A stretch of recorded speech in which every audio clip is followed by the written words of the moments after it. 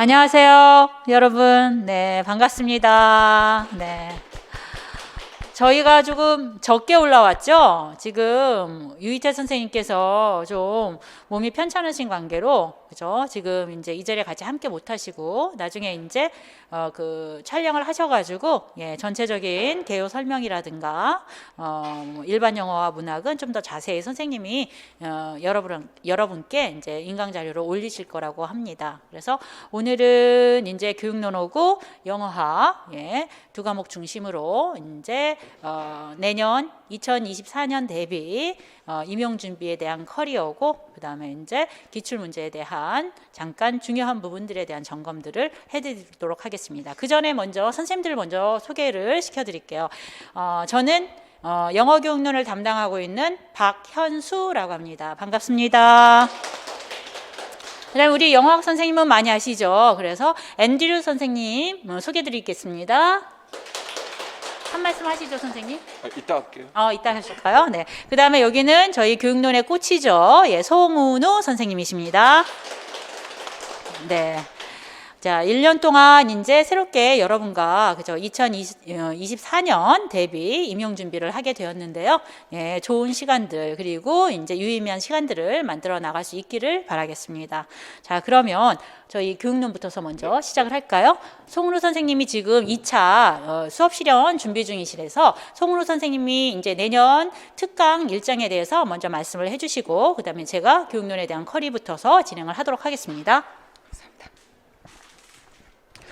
네, 여러분 안녕하세요. 송은우입니다. 저는 여러분과 1년간 영어 교육론을 같이 진행을 해볼 건데요. 박현 선생님과 저랑 같이 코티칭에 들어간다고 보시면 되고, 제가 기본 컨셉, 기본 개념에 대해서 설명을 먼저 저랑 하시고, 이제 그 다음 수업에 박현 선생님이 심화된 내용, 을 가지고 수업을 해주시는 내용으로 이해하시면 되겠습니다. 그래서 올해는 키텀 책이 새로 나와요. 그래서 그거에 관해서만 여러분들 특강 진행이 되기 때문에 간단히 설명을 드리고 내려가도록 하겠습니다. 저희 7월 달에 특강이 있는데요. 31페이지 합격 전략 가이드에 31페이지 보시면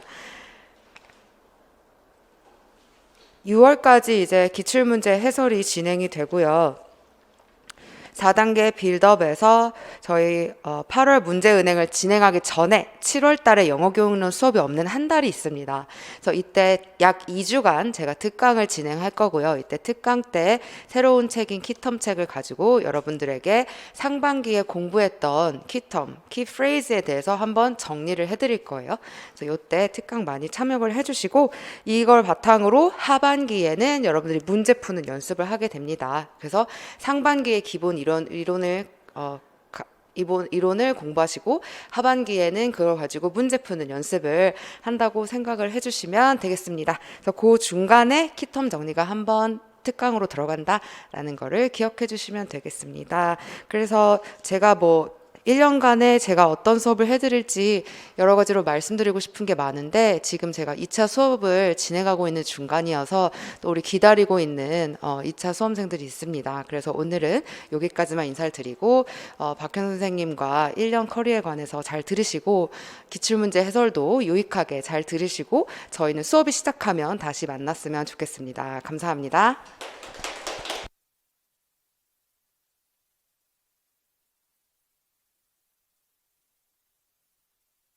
우리 송은 선생님 예쁘죠? 목소리도 어쩜 저렇게 고운지, 그죠? 네, 수업을 하게 되면은 진짜 활기차고 재미있는 수업을 또 준비하십니다. 좋습니다. 영어 교육론에 대한 부분들 먼저 저희가 이제 작년 기출 문제에 대한 부분들을 한번 훑어보셨나요, 여러분이?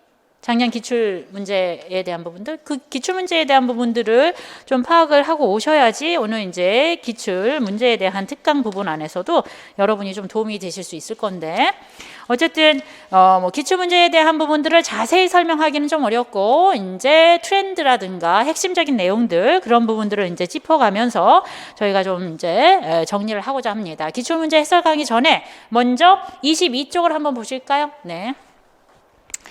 사실상 내년도 2024년도 대비 이제 영어 교육론에 대한 준비를 하시고자 한다면 올해 2023년도 기출 문제에 대한 부분들의 분석이 우선적으로 주어지셔야 됩니다.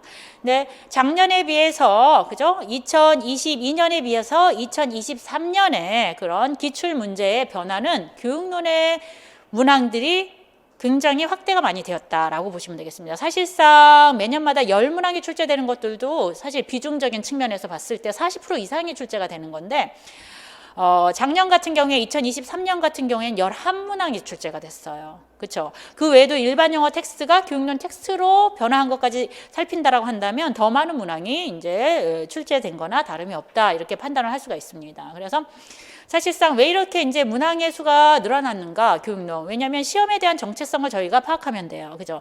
이 시험에 대한 정체성이라고 하는 것은 뭐죠? 프리 서비스 티처를 그죠? 인 서비스 티처로 거르도록 하는 시험인 겁니다. 그래서 교사 시험인 거죠. 티처 이그잼인 거예요. 그래서 교사로서는 갖춰야 될 부분들이 뭐죠? 학생들한테 how to teach에 대한 능력들을 갖춰야 되는 겁니다. 그래서 우리가 임용시험도 1차와 2차로 나눠서 그죠? 교실 지도를 할 수 있는 이론적인 토대와 실제 교실 수업에 대한 그런 원리들을 이해하고 그것을 실제 교실 수업에서 어떻게 전개를 할 것인지 2차 시험에서 수업 실험까지 진행을 하는 것이라고 보시면 되겠습니다. 그래서 그런 부분들이 지필평가에서도 그대로 담겨 있다라고 생각하시면 될 것 같아요. 그래서 역시 내년에는 그죠? 영어 교육론에 대한 부분들을 좀 중점적으로 여러분이 차분히 좀 준비를 하셔야 되는 시간이 될 거라고 생각이 되어집니다. 그래서 22쪽을 일단은 보시면 제가 이제 언더라인 중요한 부분들만 이제 언더라인 했으니까 그렇게 한번 살펴보시면 될 것 같은데 자, 일단은 2023년 대비 중등 임용 시험에서는 기출문제 안에서는 두 번째 줄 11문항, 총 23문항 중에서 11문항이죠. 점수는 40점이나 이제 차지하고 있습니다. 그래서 역대 최대 출제 영역이 됐다라고 하는 거. 세 번째 줄에 보시면 영어 교사의 필수 자질인 How to Teach에 대한 지필 평가의 중요성이 반영이 된 것이다. 역시 이것은 2024년 대비해서 우리가 굉장히 이제 중요하게 다뤄져야 될 것이다라고 하는 겁니다. 그래서 다른 것보다도 교육론에 대한 정리를 초반부터서 꼼꼼하게 해야 될 것이다라고 하는 것이죠. 그리고 이제 실제 문항들을 쭉 살펴보면은 작년에 2022년 개정교육과정에 발표를 했어요. 그래서 2015년 개정교육과정을 이제 강화를 시켜나가면서 조금 더 중요 개념들에 대한 부분들을 갖다가 그죠? 예, 정리를 해서 디벨롭을 시켜나가는 것이 2022년 개정교육과정입니다. 그래서 올해도 마찬가지로 찍기 수업에서 제가 개정교육과정에 대한 부분들을 좀 정리를 해드렸어요. 그렇죠? 그래서 그런 개정교육과정의 주요 개념들이 또 2023년 이제 문항에서 이제 출제가 되었다라고 보고 가장 대표적인 것 중에 하나가 프로젝트 베이스드 러닝의 형태를 가지고 액션 리서치를 하도록 하는 그런 어떤 문항들이 이제 출제가 되었으며 그리고 이제 실제 교실 안에서의 그 학습자 중심의 학습, 학생들의 참여 학습 뭐 이러한 부분들이 강조가 되어서 이제 데이터화가 되었다라는 것들 뭐 이런 것을 봤을 때 2022년 개정교육과정은 앞으로 교실 수업이 나가야 할 방향이기 때문에 2024년도에도 마찬가지로 주요 교수학습 과정이라고 하는 부분들이 아마 지필평가에 담길 것이다 라고 이제 판단이 되어질 수 있습니다. 그래서 그러한 부분들을 저희가 이제 기본 이론에서 다시 한번 좀 정리를 해드릴 거고요. 그래서 이제 2022년 개정 교육과정의 주요 개념들이 이제 반영이 된 준비를 이제 2024년 대비 임용 준비로 이제 삼아야 되겠다라고 하는 거 말씀을 하나 드릴 수 있고요. 그다음에 또 이제 줄친 부분이 학생 중심의 수업으로 진행하기 위한 교사의 역량 강화라고 하는 것들. 그래서 티처 트레이닝 코스죠. 그래서 실제 이제 빌드업 1이 있고 빌드업 2가 있었어요. 작년에는. 그래서 올해는 제가 이제 이따가 커리를 설명드릴 겠지만, 그러니까 작년까지, 그러니까 올해까지죠. 그러니까 내년 수업에 비해서 올해까지는 기본 강좌가 1월부터 4월까지였어요. 빌드업 1과 빌드업 2. 그래서 이제 실제 교실 지도에 대한 이론적인 토대와 그 다음에 이제 실제 진행되는 교실 안에서의 지도, listening, speaking, reading, writing 평가에 이르기까지 이것이 이제 기본 과정으로 잡혔는데. 교육론 부분들 자체를 저는 올해 어떻게 컨셉을 잡았냐면 1월부터 6월까지가 한 과정으로 이렇게 잡았어요. 그래서 기존에 있던 빌드업 1, 2를 한 권으로 합쳤습니다. 그래서 뉴 빌드업 1이 파트 1과 파트 2로 그 theoretical background와 그다음에 이제 클래스룸 티칭에 대한 부분으로 그렇게 기존의 빌드 1, 2가 한 권으로 묶여서 나오고요.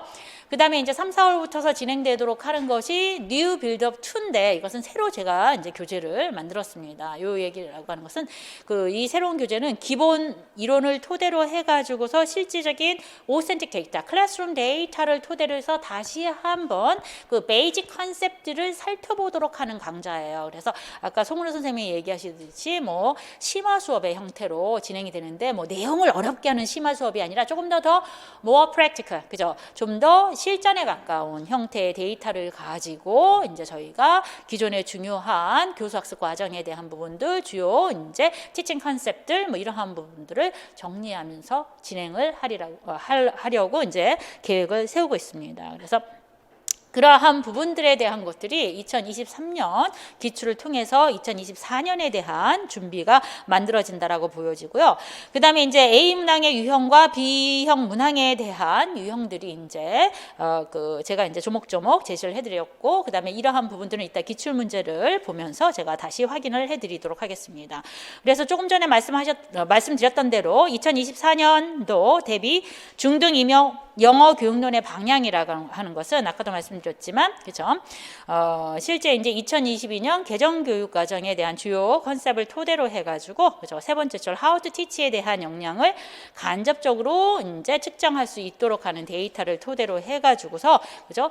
교실 수업에 대한 홀 픽처를 그려 나가도록 하는 맥락이 있고 유의미한 그런 컨텍스트를 만들어 나가도록 하는 형태의 강좌로 또는 이제 임용에 대한 준비로 여러분이 이제 임하셔야 이제 조금 더 좋은 효과와 이제 여러분이 원하시는 결과를 맞을 수 있을 거라고 생각이 되어집니다. 됐습니까? 그래서 요점은 그거예요. 내년에 영어 교육론에 대한 준비 과정은 2022년 개정 교육 과정의 주요 교수학습에 대한 키 컨셉을 토대로 해서 우리나라의 교실 환경에 맞는, 그죠? 이론적인 토대와 그다음에 이제 교실 활동, 그리고 이제 그 안에서 진행되는 통합 수업 모형, 그리고 교실의 평가까지, 그죠? 정리를 하셔야지만 2024년도 이제 임용 시험에서 교육론에 있어서 감점이 없이, 그죠? 온 점수를 받을 수 있는 준비가 되실 수 있을 거다라고 하는 걸 말씀드리고 싶습니다. 됐습니까? 좋습니다. 좀 넘겨보시면, 그래서 그러한 방향을 가지고 저희가 커리를 어떻게 진행을 할 거냐면 29쪽으로 한번 오실까요? 29쪽. 29쪽으로 보시면 1단계가 베이직 컨셉이에요. 그죠? 교실 수업의 이론적 배경을 중심으로, 아까 송은우 선생님도 말씀하셨지만 코어 티칭으로 이루어집니다. 물론 이제 저희가 코어 티칭으로 이루어지지만 이제 좀 약간 이제 분할이 좀 되어 있어요. 그래서 1주부터 3주까지는 theoretical background 중에서도 좀 출제가 많은 영역들입니다. 그래서 주요 이제 이론적인 그 개념들이 나오는데 1주부터 3주까지는 제가 진행을 할 거고요.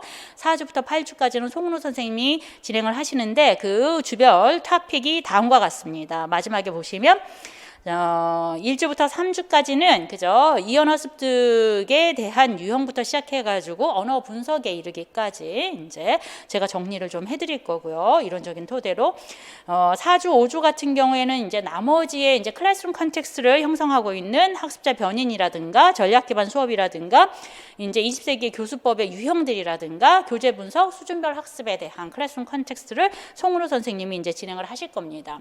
여기까지가 올해는 빌더 1에서 다루고 있는 부분이에요. 그래서 2월까지의 강의였는데 그 후반에 대한 클래스룸 컨텍스트를 조금 더 이제 줄여 나가고 그 대신 시간을 어디에다 많이 썼냐면은 교실 지도에다 좀 더 많이 썼어요. 그래서 2월에 이제 빌더 1의 파트 2에 해당되는 리셉티브 스킬하고 프로덕티브 스킬을 2월에 먼저 시작을 하는 겁니다. 이게 기본 과정이에요. 이해하시겠어요? 그래서 그 1월, 2월 강의 안에서는 그죠? 이론적인 토대와 교실 지도에 대한 기본적인 개념들이 그죠? 쭉 정리가 될 것이다라고 생각하시면 되겠고, 그래서 이런 기본적인 베이직 컨셉을 잘 따라오셔야 되기 때문에 이제 수업에 참여하시는 여러분이 뭐가 그죠? 프리뷰하고 리뷰를 잘 하셔야 돼요. 그래서 그런 프리뷰와 리뷰를 잘 할 수 있도록 하는 과제로 KWL 차트라고 하는 것을 제가 나눠드릴 겁니다. 그러면 이제 여러분이 교실에 오기 전에, 그죠? 이제 오늘 배울 토픽들에 대해서 미리 좀 준비를 해가지고 오시고, 그죠? 그 다음에 이제 수업에서 진행한 내용들을 가지고 수업에서 얻은 내용과 이제 정리되는 내용들에 대한 부분들을 다시 이제 리뷰를 할 수 있도록 하는 그런 어떤 과정으로 KWL 차트라고 하는 것들이 과제로 이제 제공이 될 것이고요. 그것을 잘 챙겨서 오시는 분들은 이제 6월까지 그 과정이 다 끝나면 교육론에 대해서 어느 정도 빌드업이 되어서 좀 정리가 될 것이다라고 하는 거 이제 확신 있게 말씀드릴 수 있습니다.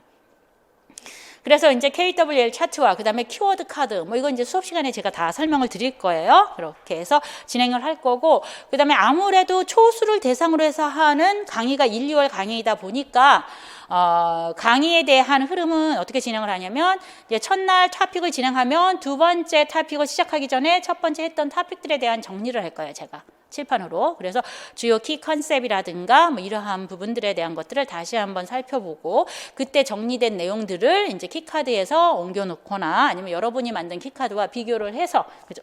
확장을 시켜 나가도록 하거나 이제 여러분 공부의 학습장으로 이제 만드시면 되겠습니다. 그래서 포인트 업 섹션이라고 이제 우리가 흔히들 얘기하는데, 그죠? 수업의 마무리거나 아니면 수업의 시작 안에서 이제 이러한 부분들이 진행이 돼서 기본 과정들을 조금 더 잘 따라올 수 있도록 하는 그런 어떤 체계적인 형태의 그런 어떤 그 커리를 가지고 이제 내년 수업을 진행할 것이다라고 하는 것을 이제 이해해 주시면 좋을 것 같아요. 그래서 1, 2월 과정이 이렇게 진행이 되고, 그 다음에 이제 넘겨보시면 3, 4월 과정이 진행이 되죠. 3, 4월 과정이 두 번째 베이직 컨셉 2예요. 그죠? 예.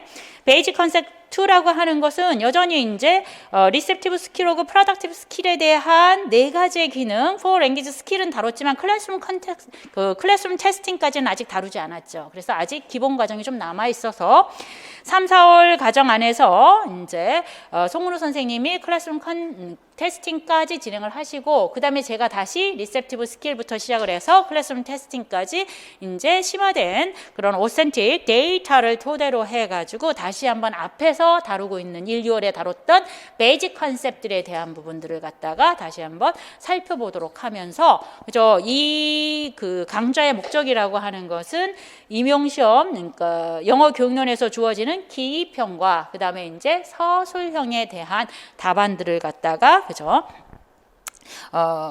진행할 수 있도록 그 답안들을 여러분이 직접 쓸 수 있도록 하는 목적으로 진행되는 강의라고 보시면 되겠습니다. 그래서 요것도 이제 주차별로 이제 살펴보시면 1주부터서 2주, 사실 이제 3, 4월부터서는 저희가 9, 10월 그 문제풀이 강좌 때문에, 그죠? 문제를 저희가 이제 개발해야 되는 시점이어가지고 강의가 이제 보통 1, 2월에는 이제 모든 과목이 같이 돌아가면서 진행이 되는데 3, 4월부터서는 과목별로 강의가 진행이 돼요. 그래서 저희 교육론은 4월에 집중해서 진행이 될 겁니다. 그래서 3월에는 이제 여러분이 1, 2월 강의를 끝냈기 때문에 PLT 이제 원서 강독이라고 하는 것을 인강에서 이제 넣어드릴 거예요. 그래서 3월에는 그 공부를 하시고 이제 4월에 오셔서 이제 저와 송은우 선생님이랑 이제 그 강의를 이제 하시면 될 것 같은데, 그래서 이제 그 4월에는 수목으로 이렇게 강의가 들어가요. 그래서 조금 집중된 상태에서 교육론에 대한 정리가 들어간다라고 생각을 하시면 될 것 같아요. 그래서 1, 2주 같은 경우에는 2월에 이미 송은우 선생님이 기본 과정으로 리셉티브 스킬하고 프로덕트 스킬을 하셨기 때문에 제가 이제 심화 수업으로 리셉티브 스킬과 프로덕티브 스킬을 그 2주 동안 수목 4번의 수업을 토대로 해서 진행을 해 나갈 겁니다. 그 다음에 이제 다시 3주 수요일부터서는 이제 그 4 스킬 다음에 이어지는 어휘 문법 지도를 기본 과정을 송은우 선생님이 하실 거고, 바로 이제 목요일 날 그 내용을 토대로 해서 심화된 어휘 문법 지도를 제가 진행을 할 겁니다. 이렇게 해서 클래스룸 테스팅까지 4월에 이제 정리를 하도록 하는 게 주 목적인 겁니다. 그래서 그렇게 해서 이제 기본 과정과 심화 과정이라고 해서 개념적으로 어렵고 이론적인 토대로 깊이가 있는 것이 아니라 프랙티컬한 티칭에 가까운 이제 강의가 이루어진다라고 생각하시면 될 것 같고요. 그리고 나서 이제 5, 6월 강좌로 오게 되면 5월에는 일반 영어가 이제 진행이 되고 6월에 이제 또 교육론이 진행이 되는데 여기서는 이제 사실 기출문제 분석이라고 하는 것이 올해까지는 이제 그 4주 동안의 수업들로 이제 채워져 있는데 내년에는 저희가 어떻게 진행을 할 거냐면요. 기출문제를 들어가기 전에 앞에서 베이직 컨셉 1, 2를 진행을 했잖아요. 그렇죠? 그래서 베이직 컨셉 1, 2에 대한 이제 기본적인 평가와 함께 주요 개념들을 한 1주나 2주 정도 정리를 하시고 그 다음에 이제 기출문제 그 해설 강의 형태로 그죠 기출문제 분석이라고 하는 것들이 들어가도록 설정을 했습니다. 그래서 사실상 내용 강의는 그죠 올해까지는 1, 2, 3, 4 해가지고 4월에서 끝났지만 내년 같은 경우에 6월 둘째 주까지는 기본 강의로 진행이 된다라고 생각하시면 될 것 같아요. 그리고 나머지 2주나 요건 이제 다시 이제 세세한 커리를 조금 맞춰봐야 되겠지만 서답형 위주의 기출 분석이라고 하는 것이 6월 말에 마지막 정리로 이제 진행이 된다 이렇게 생각하시면 되겠어요. 그래서 커리의 가장 큰 변화는 그죠?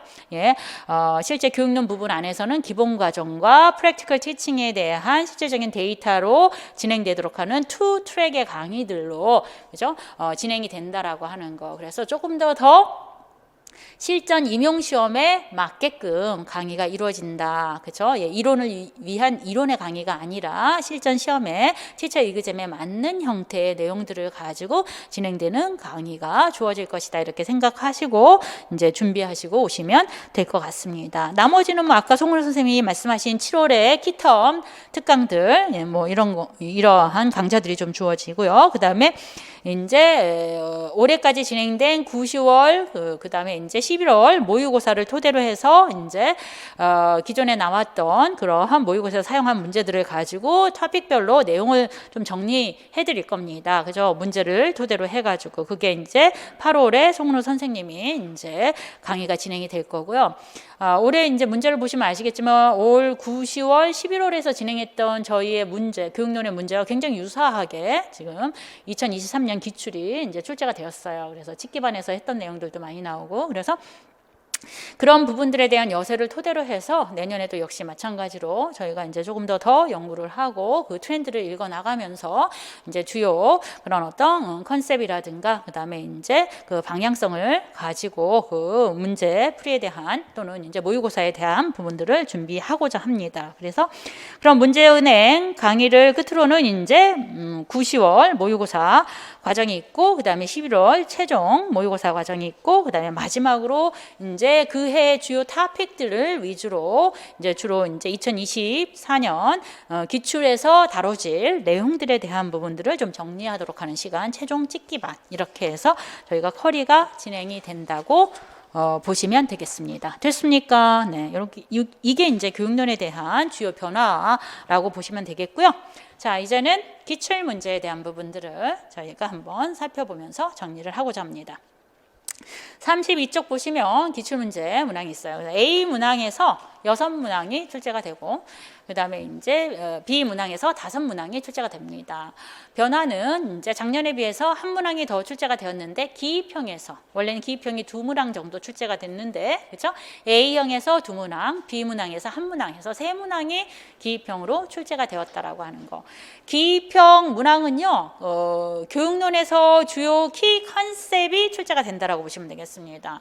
그래서 실제 2023년 기출에서도 기입형을 보면은 뭐가 나왔어요? 백슬라이딩이 하나 나와 있고요. 그 다음에 컴퓨터 어댑티브 테스팅 트렌드죠. 요즘 트렌드 그죠? 예. 그래서 컴퓨터 어댑티브 테스팅이 하나 나와 있고요. 또 하나가 뭐냐면 액션 리서치라고 하는 3가지가 나왔어요. 이 기입형 3가지만 본다 하더라도 지금 그죠? 현장 수업에 대한 트렌드를 파악할 수가 있는 거예요. 그래서 백슬라이딩이라고 하는 것은 저희가 이제 9, 10월이나 11월 최종 모의고사에서도 문제 개념들을 다루고 문제를 풀어왔지만 최종 찍기반에서도 이제 문제를 다룬 게 U-shape에 대한 러닝 우리가 이제 이 언어 발달을 하게 되면은 U자 곡선으로 언어 발달을 한다라고 해요. 그래서 이 U자 곡선이라고 하는 것은 첫 번째가 correct 코렉폼을 사용하는 거야. 코렉폼을 사용하다가 학습을 하는 과정 중에 무슨 이유에선가 인코렉폼이 도출이 된다라고 하는 거예요. 그 인코렉폼이 도출되도록 하는 여러 가지 이유가 있는데 그 중에 하나가 overgeneralization, 그죠? 예, 과잉 일반화. 이 언어 학습을 하게 되면서 이 언어 학습 체계끼리 서로 이제 간섭이 이루어진다는 얘기야. 가령 예를 들어서 동사의 규칙 변화에 대한 학습이 되었어. 그 다음에 동사의 불규칙 변화에 대한 학습을 하게 될 경우에 규칙 변화의 ed 엔딩이 불규칙 변화에 영향을 주는 거죠. 그래서 이제 불규칙 변화에 대해 불규칙 변화에서 불규칙 동사에 해당되는 부분 안에서 ed 엔딩을 붙여가지고 이제 사용되는 그런 incorrect 폼이 나타나게 되는 거죠. 그게 이제 원인이 overgeneralization으로 과잉 일반화라고 하는 개념입니다. 그냥 이제 처음 들으시면은 그냥 이제 듣고 이해하시면 이제 내년에 강의할 때 좀 자세히 말씀을 드릴게요. 그래서 그와 같은 현상은 이 U자 곡선의 좀 설명을 드리자면 이 U자 곡선에서 correct form이 나오고요. 그래서 went라고 하는 동사의 과거형이 정확하게 사용이 되어지는데, 그죠? U자 곡선 안에서 맨 마지막 부분을 가면은 학생들이 이 언어 학습을 하다가 어떤 원인에 의해서인지 incorrect form이 사용이 된다라는 거죠. incorrect form이 사용이 되는데, 가령 예를 들어서 went다라고 하면 went를 제대로 잘 썼는데 wented라든가 아니면 good 뭐 이런 식으로 이제 잘못된 폼이 나오게 된다라고 하는 거예요. 그래서 이러한 부분들은 이 언어 학습을 하다가, 그죠? 예, 그 이 언어 규칙 체계 안에서의 영향을 받아가지고 만들어진다는 얘기지. 규칙 변화에 대한 ed 엔딩이 불규칙 동사의 과거형에도 영향을 미쳐서, 그죠? 그것이 혼합된 형태로 incorrect 폼이 나오게 된다라고 하는 거예요. 사실 정확하게 사용했는데도 불구하고 부정확하게 사용하도록 하는 현상으로 뒤돌아간 거잖아. 이해하시겠어요? 퇴화한 거라고 보시면 되겠습니다. 그러한 현상을 우리는 뭐라고 얘기하냐면 backsliding이라고 하는 거예요. 뒤로 이제 다시 돌아가서 이제 부정확한 형태에 의존을 하고 언어를 사용한다라고 하는 학습 현상을 얘기했을 때 backsliding을 얘기를 합니다. 그러다가 이 과정이 잘 거쳐지고 학습이 계속 진행되면 다시 어떻게 해요?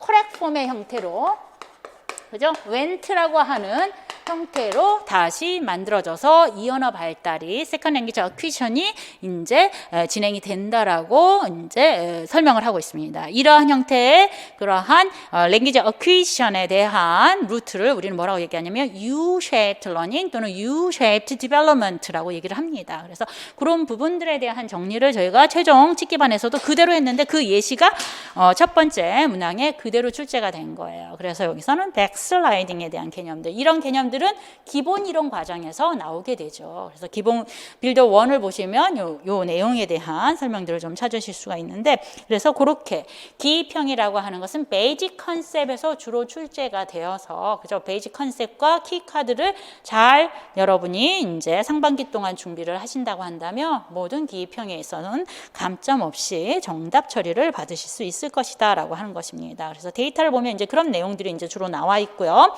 그 다음에 두 번째 문항 보도록 하겠습니다. 두 번째 문항이라고 하는 것은, 그죠? 2022년 개정 교육 과정을 제가 찍기반에서 설명하면서 다시 한번 언급했던 것이 이제 컴퓨터 어답티브 테스팅이었어요. 왜냐하면 그게 트렌드거든요, 사실. 교실 안에서 컴퓨터라든가 멀티미디어를 사용하는 학습은 예전부터 계속 주어져 있습니다. 그래서 그런 교실 학습 환경을 뭐라고 얘기하냐면 우리가 ICT 클래스룸이라고 얘기를 해요. 그래서 학생들로 하여금 다양한 프로젝트를 수행하면서 거기에 해당되는 정보를 찾기 위한 온라인 리서치라든가 이런 것들이 많이 진행이 되는데, 교수 학습 과정에도 컴퓨터가 사용이 되었지만 사실 평가 부분 안에서도, 왜냐하면 지금 현장에서 우리나라의 교실 환경이라고 하는 것은 학생들 자체가 믹스 레벨이에요. 그렇기 때문에 사실상 교수학습 과정들도 이렇게 학생들의 프로페셔널 레벨이 섞여 있으면 진행하기 어렵지만 평가도 굉장히 어렵단 말이에요. 수준에 맞춰서 진행하기. 그런데 이러한 컴퓨터 어답티브 테스팅이라고 하는 그러한 컴퓨터 프로그램을 가지고 평가를 진행을 하면 대강의 안에서도 학생들이 전부 다 믹스 레벨이라고 할지라도 그 학생 개개인에게 테일러드 맞춤식으로 평가가 진행이 될 수가 있다는 겁니다. 그래서 이 평가 측면에서 컴퓨터 어답티브 테스팅이 계속해서 디벨롭되고 있는 거예요. 그래서 그 트렌드를 나타내면서 바로 두 번째 기입형으로 컴퓨터 어답티브 테스팅이 나와 있습니다. 이해하시겠어요? 그리고 그것은 이 컴퓨터 어답티브 테스팅은 2022년 개정교육과정에서도 언급을 하고 있었던 겁니다. 이해하시겠어요? 그래서 이런 컴퓨터 어답티브 테스팅도 역시 빌더 1에서 그죠? 예, CAT라고 해가지고서 그런 어떤 원리라든가 이런 것들이 제시가 되어 있죠. 그래서 기본 개념에서 다 이런 것들이 나온 것이다라고 생각하시면 될 것 같아요. 그래서 이제 두 번째 단락에 보시면 컴퓨터 어답티브 테스팅에 대한 원리들이 나와 있죠. 문제를 중간 정도 난이도의 문제를 학생들한테 제공을 해주고 그것에 대해서 정답을 학생들이 테스트 테이커들이 정답을 하면은 그거보다 이제 조금 더 난이도가 높은 문항이 그 다음에 나간다라던가. 왜냐하면 오답을 하게 될 경우에는 이제 처음에 주었던 문제보다 조금 난이도가 낮은 문항이 나가서 시험을 보는 과정 중에 학생의 프로페셔널 레벨을 또는 어빌리티를 이제 가늠할 수 있도록 하는 형태의 컴퓨터 프로그램으로 진행되는 평가가 CAT다라고 하는 걸로 저희가 파악할 수 있습니다. 됐습니까? 네, 좋아요. 제가 텍스트나 데이터는 꼼꼼하게 읽지 않습니다. 기출문제에서 다시 저희가 진행할 거기 때문에 핵심들만 파악을 하고 그래서 이러한 부분들이 이제 앞으로의 트렌드다라고 하는 것만 말씀을 드리는 겁니다. 그 다음에 이제 서답형으로 넘어가죠. A형 서답형 안에서는요. 제가 이제 주요 토픽 중에 안에서 그죠 티처 이그잼에서 주요 토픽과 이제 선생님의 그런 어떤 티칭 퀄리피케이션과 뗄래야 뗄 수 없는 부분들이 텍스트북 어댑테이션이라고 늘 말씀을 드립니다. 그래서 교재에 대한 그죠 예 수정 변화 이제 조작 뭐 이러한 능력들을 가지고 있어야 된다는 얘기야. 왜냐하면 지금 우리 학생들이 현장에서 수업을 했을 땐 텍스트북을 하나 가지고 하잖아요. 그런데 우리 학생들의 그런 실제 교실 수업 안에서의 구성원의 조건은 뭐라고 얘기했어? 믹스드 레벨이라고 얘기를 했잖아. 근데 정해진 교과서를 가지고 믹스드 레벨을 가르친다라고 하는 건 한계가 있다라는 거예요. 그래서 그러한 부분들에 대한 선생님의 텍스트북 모디피케이션이라든가 어댑테이션이 반드시 따라줘야 되는 건데 그래서 그러한 측면 안에서 매년마다 그 텍스트북 어댑테이션이라든가 텍스트북 이밸루에이션이라든가 이런 토픽들은 주요 토픽이라고 말씀을 드렸습니다. 지금 이제 이것도 마찬가지로 텍스트북 어댑테이션에 대한 경우들에 대한 것들을 이제 물어보도록 하는 서답형 문항이고 실제 클래스룸 머티리얼 텍스트북 어댑테이션을 하도록 하는 목적들이 이렇게 네 가지가 이제 기술이 되어 있습니다. 학생들의 프로페셔널 레벨을 고려하기 위해서, 두 번째 학생들의 자율성을 키워주도록 하기 위해서, 그죠? 세 번째 학생들로 하여금 학습에 있어서 조금 더 그죠? 수준 높은 인지적 능력을 이제 키워주도록 하기 위해서, 네 번째 학생들의 학습을 실제 생활과 밀접하게 연관을 시키기 위해서 이런 목적이란 얘기예요. 그래서 비의 자료를 보면은 이 선생님이 이제 두 번의 수업을 진행을 합니다. 그래서 그 두 번의 수업 안에서 텍스트북 어댑테이션이 진행이 되는 거예요. 이 선생님이. 근데 이 선생님이 진행한 텍스트북 어댑테이션이라고 하는 것이 무슨 목적에서 어떻게 진행됐는지를 서답형으로 쓰도록 되어 있는 문장입니다. 전형적인 문제죠. 저희가 보면은. 그래서 클래스룸 컨텍스트 안에서의 데이터가 나오고 그것에 대한 부분을 A, B 두 자료를 갖다가 비교를 해서 답안으로 연결하도록 하는 문제입니다. 그렇기 때문에 교육론 문제는 약간의 스킬과 기본적인 베이직 컨셉에 대한 이해를 하고 있다라고 한다면 절대 어렵지 않다라는 얘기인 거예요. 그렇죠? 그래서 충분히 여러분이 그 만점을 향해서 내년에도 준비할 수 있다라는 거 알고 따라오시면 될 것 같습니다. 그래서 이제 디렉션을 보면은 그죠? 이 선생님이 텍스트북 어댑테이션을 토대로 해가지고서 그죠? 추가하고자 하는 목적 하나하나씩을 규명하고 왜 그 목적을 어떻게 달성을 했는지에 대한 설명을 하도록 되어 있는 겁니다. 이해하시겠습니까? 그래서 레슨 2 같은 경우에 보면은 그죠? 실제 학생들로 하여금 매거진 픽처를 토대로 해서 리얼월드 잡들에 대한 부분들 그리고 본인들의 그 드림 잡에 대한 이야기를 하도록 합니다. 그래서 이 부분은 마지막 네 번째에 해당되는 학생들의 실제 생활과 밀접한 연관을 두고 그죠? 학습 활동을 진행하도록 하기 위한 머티리얼 어댑테이션이 주어진 거라고 보여지는 거고요. 레슨 5에 해당되는 부분들은 실제 기존의 텍스트북에 있는 내용들은 너무 쉽더라 이런 얘기야. 그래서 학생들로 하여금 조금 더 어렵게 하기 위해서 기존의 텍스트북에 있는 스토리의 마지막 엔딩을 없앴단 얘기지. 그래서 그 엔딩을 학생 스스로 만들어 보도록 하고 그치 꾸며 보도록 하는. 그래서 학생들의 언어 학습 활동에 대한 무엇이요? 능력을 조금 더 높일 수 있도록 하는 거. 그래서 그러한 부분들이 바로 이제 커그니티브 스킬을 이제 키워주려고 하기 위한 학생들의 thinking 프로세스를 좀 주기로 한 그런 어떤 수업이라고 규명을 해서 목적은 세 번째 목적에 해당되는 하이 레벨 코그니티브 스킬을 키워주도록 하는 것이다라고 하는 것입니다. 이해하시겠어요? 그래서 각각 그 근거로 코그니티브 스킬을 키워주도록 하는 것은 끝에 엔딩을 없애고 학생들한테 인퍼링 하도록 한다라던가 그런 내용이 들어가시면 되겠고, 그 다음에 리얼 라이브즈와 관련된 부분이라고 하는 건 리얼 월드 뉴 잡들에 대한 부분들을 쉐어하도록 하고 드림 잡들에 대해서 이야기를 이제 나눠보도록 한다라고 하는 게 뭐 근거가 될 수가 있겠죠. 됐습니까? 좋아요. 뭐 답안은 나중에 한번 확인해 보시면 될 것 같고요. 그 다음에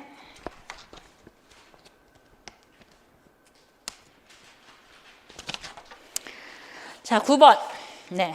9번에 대한 자료가 굉장히 길죠. 그래서 교육론은 사실 리딩이 어렵지는 않지만 자료를 분석해야 될 필요가 좀 있어요. 그래서 시험 중에 전략이나 이런 것들이 굉장히 중요해요. 자료가 길다고 당황할 필요 없이 필요한 부분들을 살펴보시면 되겠습니다. 자, A 자료가 있고요. 워크시트 A 자료가 하나 나와 있고, 이 워크시트 A 자료를 토대로 해서 수업을 한 한 선생님의 클래스 옵저베이션에 대한 노팅이 나와 있습니다. 그래서 그 내용을 토대로 해서 디렉션도 좀 기네요. 그죠? 네. 이 수업에서 보면 학생 2가 그룹 액티비티에서 수행한 역할을 규명하고, 그죠? 근데 그 역할을 찾아보고 규명해야 되는데 그 역할은 어디요? A에서 2개 단어로 제시가 되어 있다는 얘기야. 이해하시겠어요? 예? 그러면 A에 있는 학생의 역할을 찾아보면은 롤이 디스커션 리더부터 시작해서 온라인 매니저가 있죠. 그죠? 그러면 이 중에서 한 역할을 써주시면 되는 겁니다. 답으로요. 그렇죠? 그러면 이 학생이 이 역할 중에서 무엇을 수행했는지 알기 위해서는 어떻게? B의 자료를 읽으셔야겠죠. 그렇죠? 그래서 B의 자료를 쭉 읽어보시면, 그렇죠? 예, 세 번째 그 옵저베이션에서 어떤 내용이 나오냐면 학생 2가 나오죠. 하나, 둘, 셋, 넷. 바로 찾아가시면 됩니다. 학생 2가 무엇을 하고 있는지. 학생 2는 온라인 딕셔너리를 사용해서, 그렇죠? 한 학생이 어떤 단어에 대한 의미를 물어보자. 온라인 딕셔너리를 사용해서, 그죠? 그림과 함께 그 단어의 의미를 알려주도록 하는 역할을 하고 있어요. 그럼 이 그룹에서는 이 학생이 하는 역할은 뭐겠어요? 단어를 알려주는 역할이에요. 그렇죠? 그럼 거기와 관련된 그 역할을 찾으면 워드 마스터겠죠. 이해하시겠어요? 이렇게 매칭을 해서 찾아가는 문항들이 되게 많습니다. 교육론 문항은요. 이해하시겠어요? 그렇기 때문에 시험 중의 전략, 자료를 어떻게 활용할 것인가, 데이터 프로세싱에 대한 능력들, 이러한 부분들을 키워주셔야 되는 거예요. 그래서 어떻게? 너무 이론만 공부해도 안 돼. 너무 컨셉만 가지고 달달달 외우는 공부는 안 된다라는 얘기예요. 실제 교실에서의 데이터를 보고 그 데이터에서 이게 무슨 활동인 건지, 목적이 무엇인 건지, 왜 그렇게 진행되는 건지 라고 하는 부분들에 대해서 살펴보고 정리를 하셔야지만 이런 데이터가 손쉽게 이용이 되어진다는 얘기예요. 그런 수업을 저희는 내년에 2트랙으로 진행을 해보겠다라고 하는 거 말씀드리는 겁니다. 됐습니까? 좋아요. 이렇게 보시면 되겠고, 또 while reading stage에서 선생님의 한 역할, 뭐 저희가 이거 모의고사 때도 한번 풀어봤는데 뭡니까? 벤 다이어그램이죠. 벤 다이어그램. 그죠? 이 벤 다이어그램에 대한 부분들을 우리는 뭐라고 얘기하냐면 그래픽 오가나이저라고 얘기를 해요. 여기도 마찬가지로 어떻게 A에 이제 그 A에서 그죠? while reading stage에서 한 선생님이 사용한 툴을 썼는데 그 툴은 어디에 나왔냐면 B에 또 나온다는 얘기야. B에 나온 벤 다이어그램을 지칭하고 있는 두 단어를 찾으시면 되는 거예요. 이해하시겠어요? 벤 다이어그램, 테이블, 플로우 차트 이런 것은 뭡니까? 리딩 컴프레hension에 대한 도움을 줄 수 있는 그래픽 오가나이저라고 이야기를 하죠. 그래서 이제 네 번째 클래스룸 옵저베이션에 보면 선생님은 어떻게 해요? 그래픽 오가나이저를 사용한다라고 하는 내용이 나와요. 그래서 그래픽 오가나이저를 이제 찾아서 써주시면 되겠습니다. 됐습니까? 그리고 관련된 정보들을 같이, 그죠? 이 그래픽 오가나이저, 특히 벤 다이어그램을 사용하는 목적이 바로 이제 정보에 대한 비교와 대조에 대한 부분들을 위해서 사용하는 것이죠. 그래서 그러한 부분들을 이제 찾아서 그 근거로 제시를 해주시면 될 것 같습니다. 됐습니까? 좋아. 자, 좀 빠르게 나가서 하나하나 뭐 이제 분석을 하면서 답변을 드리기는 좀 어려워요. 그래서 요것은 나중에, 그죠? 예, 기출문제에서 다시 한번 점검을 해보는 걸로 하고요. 자, 39쪽에 봅니다. 그 10번에 해당되는 부분입니다. 자, 이게 두 번째 출제가 됐어요. 뭐냐면 실제 학생들의 인터랭귀지 디벨롭먼트, 중간 언어의 발전 단계라고 하는 그런 어떤 베이직 컨셉을 토대로 해가지고 출제가 된 문항이거든요. 그래서 학생들이 지난번에 출제됐을 때는 저희가 한번 모의고사에서 풀어본 적이 있거든요. 이걸요. 저는 이제 퀘스천 폼 가지고서 이제 어떻게 이제 스테이지 1부터 시작해서 스테이지 5까지 어떻게 퀘스천 폼에 대한 부분들을 학생들이 익히는가라고 하는 과정들을 모의고사에서 한번 풀어본 적이 있었는데 그 뒤로 퀘스천 폼에 대한 부분이 제가 이제 원서를 기반으로 해서 한번 출제를 한 적이 있었거든요. 그러니까 그 원서를 틀에 맞춰 가지고 이제 퀘스천 폼에 대한 그 인터랭귀지 디벨롭먼트 어디에 학생들의 발화를 보면서 그 학생의 발화를 토대로 해서 그 퀘스천 폼이 어느쯤에 이제 발달 단계에 있는지를 찾아보도록 하는 것들이 한번 출제가 된 적이 있었습니다. 근데 이것도 마찬가지로 퀘스천 폼이 아니라 이번에는 뭡니까? 리퀘스트에 대한 그런 표현들을 갖다 익히는데 어떻게 이제 스테이지 1부터 스테이지 6까지 있다는 얘기야. 그래서 주어진 학생 1과 학생 2의 대화를 보면서 각각의 학생들이 어떤 단계까지 리퀘스트 폼에 대한 부분들이 이제 습득이 되었는지를 파악하도록 하는 활동인 겁니다. 이해하시겠어요? 그래서 실제 학생들의 그러한 그 대화를 보면 여기에선 포커스를 어디에다 맞춰야 돼요? 학생의 발화 중에서 리퀘스트에 해당되는 부분만 언더라인 해야 돼.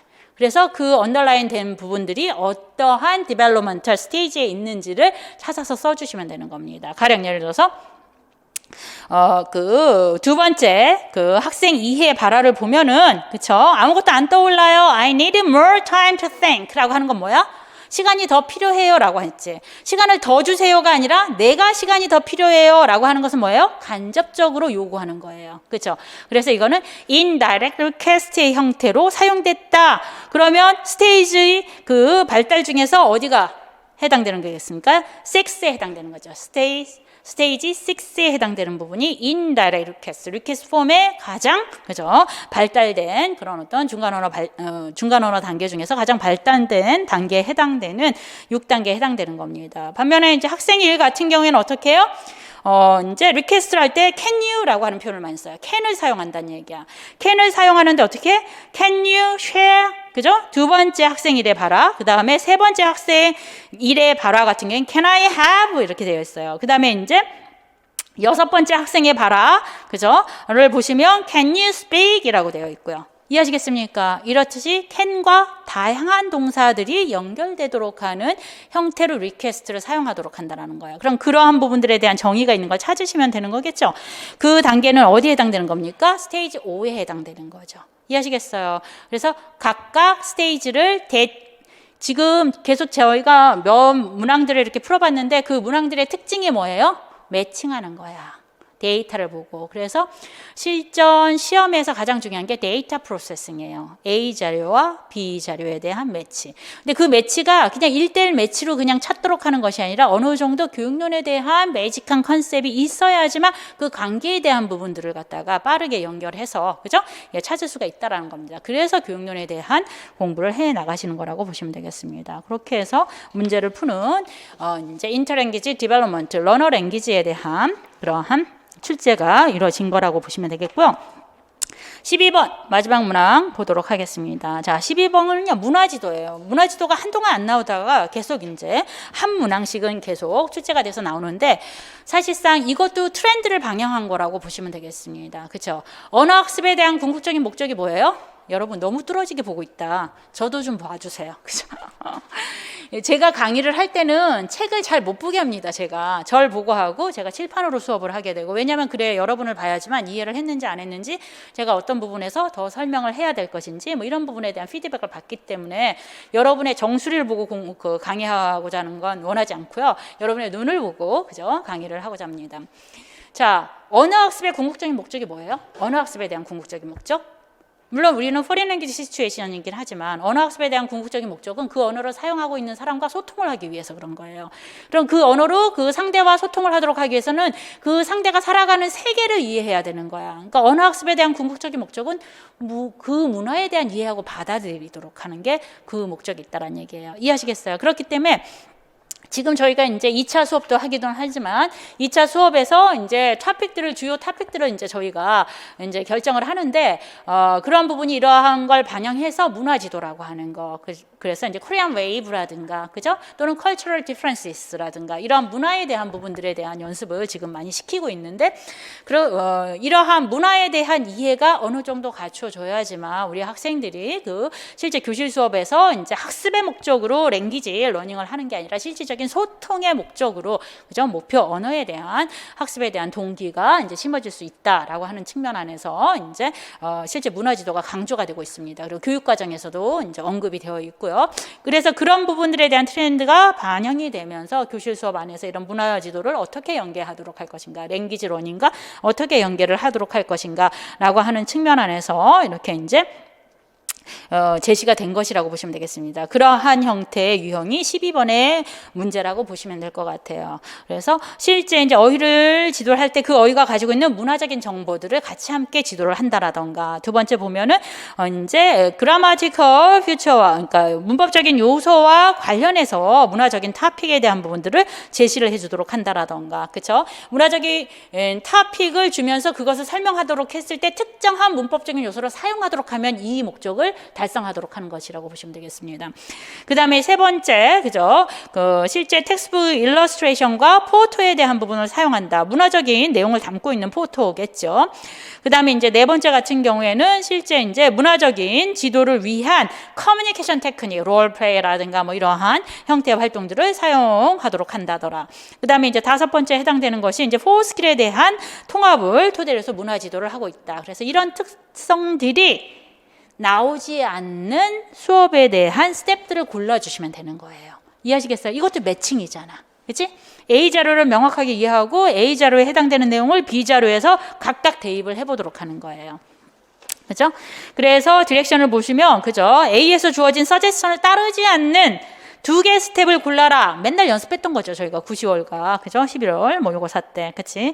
근데 이제 중요한 것은 올해의 시험의 특징은 뭐냐면, 자, 실제 A에서 주어진 서제스션을 따르지 않는 두 개의 수업을 골라라 라고 해서 그 이유를 설명해라 뭐 이렇게 되어 있잖아. 근데 여기에서 올해 트렌드가 좀 다른 건 뭐 A와 B에 있는 정보를 다 이용해서 에비던스를 써라. 그래서 굉장히 답안이 복잡해지는 거예요. 그래서 그런 부분들에 대한 연습도 하셔야 된다라고 하는 거예요. 그래서 여기서 보시면 스텝 2와 4가 사실 이제 서제스천 5와 2를 따르지 않았다라는 얘기야. 제가 이제 9, 10월에 맨날 연습시켰던 것들이 뭐냐면 따르지 않았으면 따르지 않고 어떻게 수업이 진행됐는지를 쓰라고 얘기를 했어요. 항상. 이해하시겠어요? 그래서 그런 부분들에 대한 정보를 제시를 해주시면 되는 겁니다. 됐습니까? 네, 이렇게 보시고 그다음 B형으로 넘어갈게요. 빠르게. 자, B형은 액션 리서치에 대한 부분이야. 야, 정말 제가 가물가물해요. 작년에 내가 액션 리서치에 대한 부분들을 제가 한동안 몇 해 전에 보면 액션 리서치만 진짜 강의를 했거든요. 왜냐면 티처 트레이닝에 대한 중요성이 알고 그다음에 이 티처 트레이닝이 제대로 잘 돼야지만 그죠? 더 나은 수업을 할 수 있고 이제 실제 자신의 수업에 대해서 되돌아볼 수 있고 성찰할 수 있는 교사가 될 수 있기 때문에 이런 액션 리서치를 한동안 그래서 사실 이제 저랑 같이 한 3년 정도 공부한 학생들은 액션 리서치를 다 썼어요. 근데 초수인 학생들은 놓친 학생들도 많더라고요. 액션 리서치를. 그래서 제가 이 부분을 되게 강조했는데 그러면서 막 찾아보니까 빌드업 3에 클래스룸 옵저베이션 할 때 제가 액션 리서치라고 하는 토픽을 가지고 이제 진행을 했더라고요. 그런데 사실 너무 안타깝게 올해는 이 액션 리서치를 강조했는지 안 했는지 기억이 안 나는 거예요. 저는 굉장히 중요하다고 생각을 했지만 그래도 많은 학생들이 이걸 놓친 걸 보면은 그죠?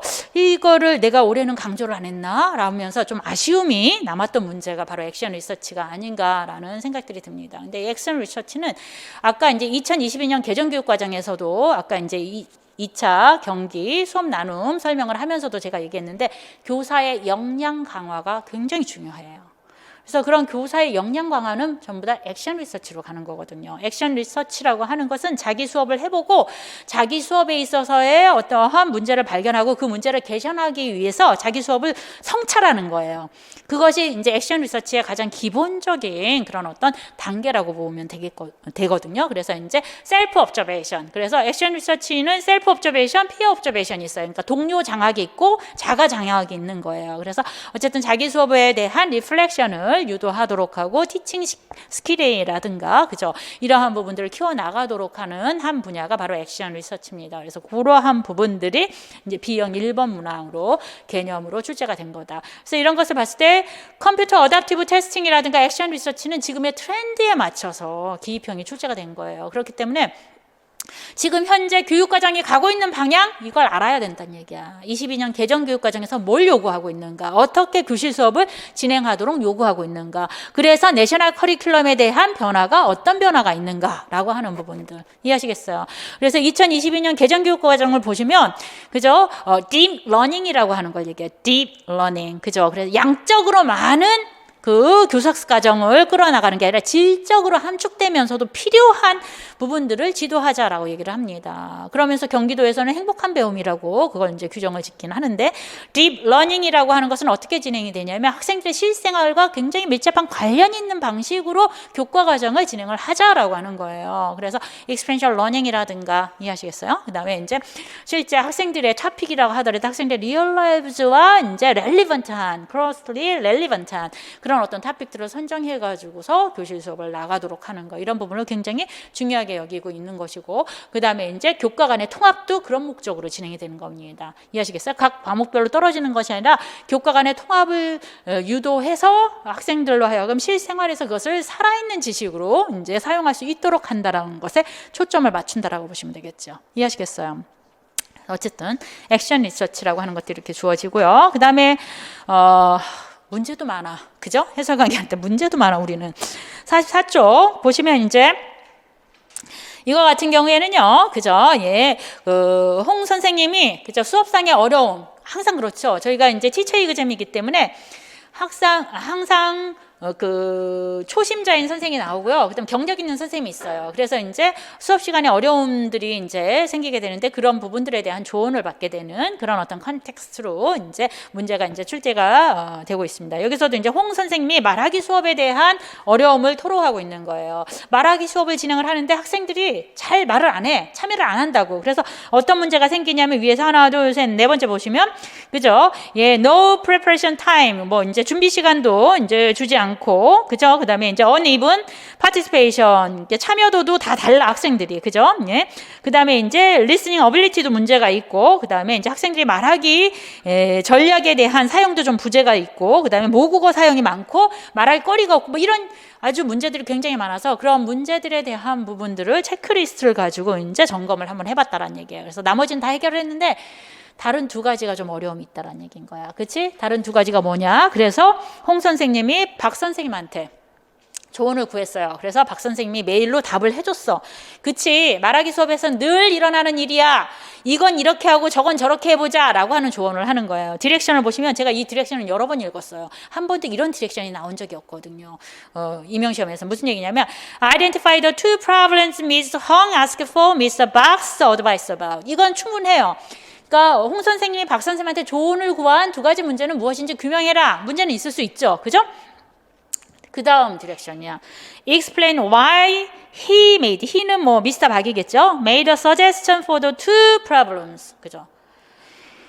홍 선생님이 이제 물어본 두 가지 문제에 대한 박 선생님은 제안을 왜 했는가라고 하는 거예요. 원래 explain why로 안 물어봐요. explain how로 물어보지. 어떻게 제안을 했는가. 이렇게 물으면 무엇을 제안했고 그것이 어떤 효과가 있고 이렇게 답을 쓰는 거거든요. why로 하는 것이 교육론에선 잘 물어보지 않는 부분이거든요. 그래서 왜 그런가 데이터를 한번 봤어요. 그랬더니 솔루션을 준 거야. 박 선생님이. 무슨 얘기야? 지금 두 가지 문제점이라고 하는 것은 uneven participation 하나하고 mother tongue use예요. 모국어 사용. 두 가지 문제에 대해서 이제 읽어보면 B 데이터를 읽어보면 두 가지 문제에 대해서 이제 조언을 구한 거예요. 그랬더니 그 uneven participation은 모든 학생이 다 참여하도록 하게 해야 되니까 직소 활동을 해라 해서 서제션을 준 거야. 왜 직소 활동이 그지 그 문제의 해결책이냐를 쓰라는 얘기야. 왜? 직소를 하게 되면 모두가 정보를 공유하잖아. 그렇기 때문에 다 참여를 할 수 있다는 얘기죠. 파티시페이션을 높일 수 있기 때문에 이 답이 들어가야 되는 거예요. 직소는 안 들어가도. 이해하시겠어요? 그래서 디렉션에 따라서 어떤 답이 들어가야 될 것인가가 결정되는 거예요. 답안에 직소를 집어넣는 건 상관없어요. 직소를 집어넣어야 또 말이 되지. 하지만 채점 기준은 직소가 아니라는 얘기야. 이해하시겠어요? 그 다음에 두 번째 같은 경우에는 뭐예요? 두 번째 같은 경우에는 머더텅 유즈야. 머더텅 유즈라고 하는 것은 모국어를 쓰지 못하도록 누가 감시하도록 하라는 얘기지. 그래서 그런 모니터를 만들어주라는 얘기지. 그런 모니터라는 제안을 했어요. 서제스천을 이미. 박 선생님은 왜 제안을 했냐면 그런 모니터가 있는 것만으로도 어웨니스 그런 의식만으로도 학생들이 목표 언어를 사용하게끔 되었기 때문이다라는 얘기예요. 목표 언어 사용에 대한 미도수를 높일 수 있다라고 하는 내용이 들어가면 되는 거죠. 이해하시겠습니까? 그래서 만약에 이걸 갖다가 평소에 이제 Y에 대한 부분에 초점을 안 맞추고 How라고 썼다면 그냥 직소 쓰고 그런 모니터만 찾아서 쓰는 거예요. 그러면 점수를 받을 수 없는 거예요. 이해하시겠죠? 그래서 서답형은 디렉션에 대한 분석과 이해가 무엇보다도 중요하다. 그런 연습이 이제 저희가 기출문제 분석부터 시작해서 8월 문제은행에서 이제 연습을 할 것이다. 이렇게 생각하시면 될 것 같아요. 7번 봅니다. 자, 7번은 요것도 저희가 모의고사 때 풀었어요. 피드백을 주도록 하는 거. 물론 너레이티브 피드백과 이제 ECC 뭐 이런 형태로 이제 저희는 문제를 한번 풀어봤지만 학생의 글을 토대로 해서 선생님과 학생이 대화를 하죠. 일반적으로 이런 것을 우리는 컨퍼런싱이라고 합니다. 라이팅 끝나고 나서 진행을 했을 때. 그랬을 때 이제 교사가 학생의 글을 가지고 이야기를 나누죠. 그래서 이제 학생이 이제 자기 글에서 이제 좀 개선시켜야 될 부분들을 물어보고 교사가 이제 그런 부분들에 대해서 언급을 합니다. 첫 번째 카테고리로 컨텐츠와 오가니제이션에 대한 부분들을 이야기해줘요. 컨텐츠는 서포팅 디테일에 대한 부분들을 이제 조금 더 제공하면 좋을 것 같고 오가니제이션이라고 하는 것은 문장 간의 연계성을 좀 키워주도록 하기 위해서 링킹 월드를 사용하도록 하자라고 얘기하고 버케블러리와 그라마에도 이런 부분들에 대한 미스테이크가 있는데 이런 것은 잘못됐으니까 수정을 하도록 하자 뭐 이런 코멘트를 합니다. 그리고 나서 학생의 퍼스트 드래프트와 세컨드 드래프트가 있어요. 퍼스트 드래프트를 토대로 해서 세컨드 드래프트에 뭐가 변화가 있는지 그래서 어떤 피드백을 교사가 줬는지에 대한 부분 이거는 과거에 객관식에서 한번 출제가 된 적이 있어요. 그것을 갖다 변형을 한 거야. 그래서 기출 문제라고 하는 것도 꼭 반드시 과거의 객관식 문항까지 점검을 해야 되는 이유가 그러한 부분들에 대한 모디파잉이 현재 서답형 문제에서 다시 출제되는 경우가 굉장히 많기 때문에 그래서 기출 문제라고 하는 것은 전체적으로 한번 정리를 해볼 필요성이 있는 것입니다. 여기서 보시면 어떤 차이가 있습니까? 쭉 얘기를 합니다. 그죠? 가족과 함께 게임파크를 갔단 말이죠. 지난주에. 그리고 우리가 이제 도착해서 맛있는 스낵을 먹었어요. 뭐 이렇게 등등등 이렇게 얘기를 하고 있습니다. 근데 두 번째 패러그램은 어떻게 바뀌었습니까? 자, 가족과 함께 게임파크를 갔고요. 우리가 도착했을 때 맛있는 스낵을 먹었는데, 그죠? 그 남동생과 나는 스윗한 걸 좋아하는데 남동생을 못 먹고 서포팅 디테일이 들어가 있는 거예요. 그럼 컨텐츠에 대한 피드백을 준 거고 그 근거로는 서포팅 디테일 이런 내용들이 이제 들어가 있다. 이렇게 이제 제시를 해주시면 됩니다. 그리고 이제 퍼스트 드래프트와 차이가 있는 것은 퍼스트 드래프트는 센텐스별로 진행이 되어 있는데 세컨드 드래프트는 어떻게 되어 있어요? 그래서 이제 I swim in the pool. 그 문법적인 요소는 고쳐지지 않았죠. But 그러나 아버지께서 did not swim. 그죠? 예, 수영을 못 하신다라는 얘기예요. 이해하시겠어요? 이렇게 접속사가 들어가 있는 거죠. 링킹 월즈가 들어가 있는 거야. 그치? 그리고 그다음 문장도 then이라고 하는 게 주어져 있고 마지막 문장도 so라고 하는 게 들어가 있는 거예요. 그럼 뭐예요? 두 번째 피드백 역시 organization에 대한 부분들의 피드백을 줬고 그 근거로는 링킹 월즈, but이라든가 then이라든가 so를 사용했다라고 하는 걸로 답안을 작성하시면 되는 겁니다. 됐습니까? 이것도 역시 데이터 프로세싱인 거죠. 비교를 해서 그 부분을 찾아가지고 작성을 하는 겁니다. 자, 그 다음에 10번 봅니다. 10번. 자, 10번은 이제 어휘지도인데 콩커던싱에 대한 부분들 어휘지도라면 콩커던싱이 꼭 나올 거다 하는 꼭 데이터로만 이렇게 이용을 해요. 그래서 이제 콩커던싱에서 실제 교실 수업에서 진행할 수 있는 지도는 어휘하고 문법이 주로 사용이 되어집니다. 여기도 마찬가지예요. B에서 각각의 티칭 프로시저가 초점을 맞추고 있는 대상이 무엇인지를 갖다가 A 자료에서 찾아 쓰도록 하는 거야. 그래서 B에서 첫 번째 티칭 프로시저를 보면 뭐예요? do와 make 동사와 같이 쓰이는 그런 어떤 어휘들에 대한 부분들을 갖다가 연습시키도록 하는 활동이에요. 이거 이른바 뭐라고 얘기합니까? 콜로케이션이죠. 그래서 첫 번째 부분은 콜로케이션에 대한 연습이란 얘기예요. 그래서 do와 make의 동사와 co-occur 함께 병치적인 관계에 있는 어휘에 대한 연습을 시킨다 또는 제시를 한다 뭐 이렇게 써주시면 될 것 같고 티칭 프로시저 2는 뭡니까? countable, uncountable noun을 골라보도록 하는 거예요. 그죠? 가산명사, 불가산명사를 얘기하는 거죠. 이건 뭐야? 문법적인 거죠. 그라마에 대한 부분들을 이야기하는 겁니다. 그 근거로는 가사명사, 불가사명사를 찾아보도록 하는 거 또는 이제 양적인 측면을 갖다가 표현하도록 하는 그죠? 문법적인 요소 뭐 이렇게 써주시면 되는 겁니다. 됐습니까? 그 다음에 11번. 이야, 이 문제 엄청 강조했습니다. 언제 나오나 멀티플 초이스 아이템, 그쵸? 올해도 무지 많이 풀어봤는데 이렇게 까탈스럽게 내다니, 그죠? 네. 그래서 아마 시간이 가장 많이 들인 문제 중에서 11번 문제가 있지 않을까라는 생각이 듭니다. 저희가 많이 풀어본 그 문형이긴 하지만 보시면 이제 멀티플 초이스 아이템이라고 하는 것은 지금 현재 중학교와 고등학교에서 중간고사나 기말고사 때 수행평가와 같이 지필평가로 사용하는 부분이 바로 멀티플 초이스 아이템입니다. 그렇기 때문에 교사가 된다고 한다면 이런 멀티플 초이스 아이템에 대한 문항들을 만들 수 있으셔야 되는 거예요. 그래서 스템엔 어떤 조건으로 어떻게 만들어야 되는지 각각의 옵션들은 어떻게 해야 되는지 그런 원리들에 대한 이해를 해야 되는데 그와 관련된 문항이 11번 문항이라고 보시면 되겠습니다. 됐습니까? 그래서 실제 멀티플 초이스 아이템을 하려면 1, 2, 3, 4 다음과 같은 원리에 따라서 진행을 해야 된다는 얘기예요. 그 원리에 따라서 이제 실제 출제한 테스팅 아이템을 비교해 보니까 문제가 있는 아이템들이 드러나서 다시 리바이징 하도록 한 것이 그 다음 B에 있는 겁니다. 자료가. 이해하시겠어요? 그래서 A에 있는 테스팅 아이템은 오리지널 아이템을 이야기하는 것이고요. 주어진 이제 그 가이드라인을 토대로 해가지고서 다시 한번 수정 보완한 것이 B에 있는 modifying 아이템이라고 보시면 되겠습니다. 이해하시겠어요? 자, 디렉션을 한번 보시면 뭐냐면 다른 걸 다 점검하는 게 아니라 가이드라인 2와 3에 의해서 개선된 문항을 B에서 고르란 얘기야. 이해하시겠어요? 2는 뭐야? 다시 와야 돼, A 자료. 2에 보면 state both the stem and the option as simply and directly as possible이에요. 무슨 얘기야? 옵션이든 스템이든 간단하게 만들란 얘기야. 복잡하게 만들지 마. 그러면 여기서 포인트는 오리지널 아이템에서 복잡한 스템이거나 복잡한 옵션이 있는 걸 물론 무조건 고르면 되는 거야. 그치? 질문이 난해하게 길어. 그러면 복잡한 거지, 그게. 그게 몇 번이야? 아이템 1이잖아. 문장이 쭉 있어. 질문에 해당되는 그런 문장도 아닌데 나올 필요가 없는 거죠. 이해하시겠어요? 빈칸은 맨 마지막 문장이죠. 세 번째 문장이잖아. 그치? 그것이 어떻게 바뀌었는지 한번 확인해 보면 되는 거지. B에서 어떻게? 단순하게 한 문장으로 바뀐 거야. 이해하시겠어요? 그러면 아이템, 그 가이드라인 2를 따라서 수정 보완된 아이템은 뭐예요? B에 있는 아이템 1이란 얘기야. 그걸 규명을 해 주셔야 되는 거고요. 그 근거는 어떻게? 오리지널 그 스템은 complicate 하는 거야. 그것이 바로 simple, direct, one sentence로 바뀌었다라고 하는 내용으로 써주시면 됩니다. 또는 오리지널 아이템에서 three sentences, 세 문장이 그죠? simple, direct한 one sentence로 바뀌었다. 이렇게 쓰셔도 상관없어요. 이해하시겠습니까? 3번이 문제지. 1번 다 찾았어.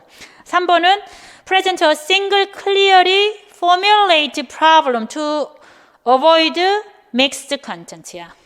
자, 여기에서 mixed content를 피하기 위해서 한 가지만 물어보는 형식으로 문항을 만들어라 이런 얘기거든요. 그럼 여기서 mixed content에서 이 컨텐츠는 뭘 나타낼까? 테스팅 포커스를 얘기하는 거예요. 무슨 말인지 알겠어요? 테스팅 아이템에서 컨텐츠라고 하는 건 테스팅 포커스를 얘기하는 거야. 뭐에 대해서 이제 물어보고 있는가? 그지? tense에 대해서 물어보고 있는가? 아니면 relative clause에 대해서 물어보고 있는가? 이해하시겠습니까? 이런 부분이 컨텐츠에 해당되는 거야. 믹스 컨텐츠라고 하는 것은 뭐야? 물어보는 게 두 가지 이상이 되는 거지. 한 가지씩만 물어봐요. 멀티플 초이스는 한 번에 한 가지씩만 물어봐야 되는 거잖아. 그치? 그런데도 불구하고 두 가지를 물어보는 그런 문항들을 찾아서 그것을 한 가지만 물어보는 걸로 바꿔라라고 하는 거야. 그치? 그럼 쭉 한번 살펴본 두 가지만 물어보도록 하는 것들을 갖다가, 그치? 살펴보면은 3번에 그게 있잖아. 이해하시겠어요? 3번에 뭐야? I never knew라고 있는 스템이 있어요. 그리고 where이 있고, where이 있으면 뭐예요? 간접문문의 형식으로 물어보는 거죠. 근데 간접문문이라고 하는 것은 뭐가 중요해? 직접문문과 간접문문의 가장 큰 차이가 뭐야? 순의 차이잖아. 그치? 그 의문사 있고 주어 동사로 진행이 돼야 되잖아. 그럼 그렇게 물어봐야 되는데, 여기는 뭐야? 하나 더 물어보고 있잖아. 현재 완료와 대과거에 대한 관계를 물어본 거야. 시제도 물어본 거야. 텐스도 물어보고 관계사에 대한 어순도 물어본 거야. 이해하시겠어요? 그래서 이게 믹스 컨텐츠가 된 거지. 이것을 하나로 줄이기 위해선 둘 중에 하나를 없애야 되는 거지. 그래서 3번을 보게 되면 어떻게 돼 있어? 관계사에 대해서만 물어봤잖아. 관계사 웨어를 그죠? 옵션으로 빼고 그 다음에 시제를 다 동일하게 맞췄어요. 대과거의 형태로. 이해하시겠습니까? 그래서 실제 답은 이 답을 이렇게 쓴 학생들은 많지 않더라고요. 제가 보니까. 그래서 아이템 3은 답안을 보시면 53번 아이템 3은 뭡니까?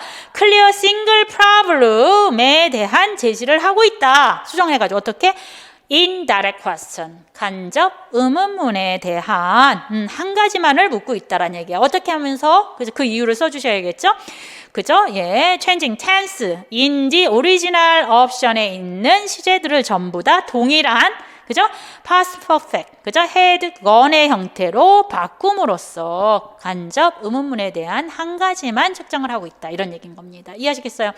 또는 이제 past perfect이라고 쓰지 않더라도 그냥 same tense로 바꿈으로써 해도 정답 처리됩니다. 이해하시겠습니까? 이렇게 해서 이제 11번이 가장 까탈스럽고 11번까지 다 정답을 쓰신 분은 전부 다 교육론에 대해서 만점을 받은 학생들이에요. 다른 것들은 다 이제 쓰실 수 있는 매칭워크로 이제 진행되는 문항입니다. 이해하시겠어요? 이렇게 2023년이 이렇게 트렌드를 반영을 하면서 교육론에서 중요한 현상들, 그죠? 학습 과정들, 이러한 부분들이 출제가 됩니다. 그건 2024년도 변함이 없을 거란 얘기인 거예요. 그래서 내년에 공부를 하면서 교실 수업에 대한 홀 픽처를 그려가면서 그죠?